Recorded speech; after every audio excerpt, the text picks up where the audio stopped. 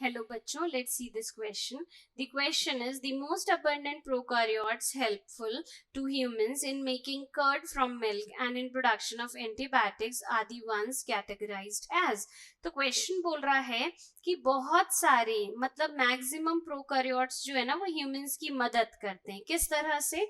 एक तो मिल्क को कर्ड बनाने में, तो कर्ड हम लोग खाते हैं, तो एक तो ये इसने प्रोकैरियोटिक बैक्टीरिया हेल्प कर रहा है.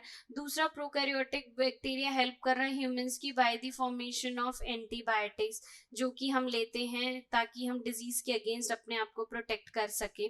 तो ऐसे ये जो बैक्टीरिया है इन्हें आप किस कैटेगरी में प्लेस करेंगे? ऑप्शंस की तरफ चलते हैं. ए, कीमोसिंथेटिक ऑटोट्रॉफ, बिल्कुल नहीं.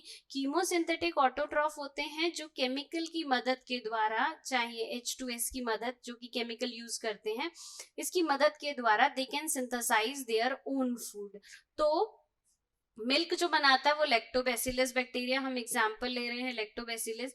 इधर से हम ले लेते हैं स्ट्रेप्टोमाइसिन. ठीक है, तो स्ट्रेप्टोकोकाई जो से स्ट्रेप्टोमाइसिन हमें एंटीबायोटिक मिलता है. तो ये दोनों ही बैक्टीरिया आपके कीमो और सिंथेटिक ऑटोट्रॉफ बिल्कुल नहीं है, इसलिए ये आंसर नहीं होगा. बी हिट्रोट्रॉफिक बैक्टीरिया, ये सही है क्योंकि ये दोनों ही बैक्टीरिया जिसका एग्जाम्पल हमने रिलेट किया है, क्योंकि जो क्वेश्चन में पूछा है उस अकॉर्डिंग ये दोनों ही बैक्टीरिया हिट्रोट्रॉफिक है, यानी कि दूसरे पे डिपेंड है फॉर देयर फूड और for their nutrition. C cyanobacteria बिल्कुल नहीं होगा क्योंकि cyanobacteria is not used in formation of curd, not it is used in the generation of antibiotics.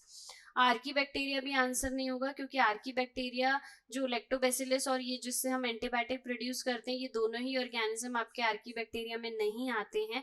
So the final answer of this question is B option. Okay, thank you and best of luck.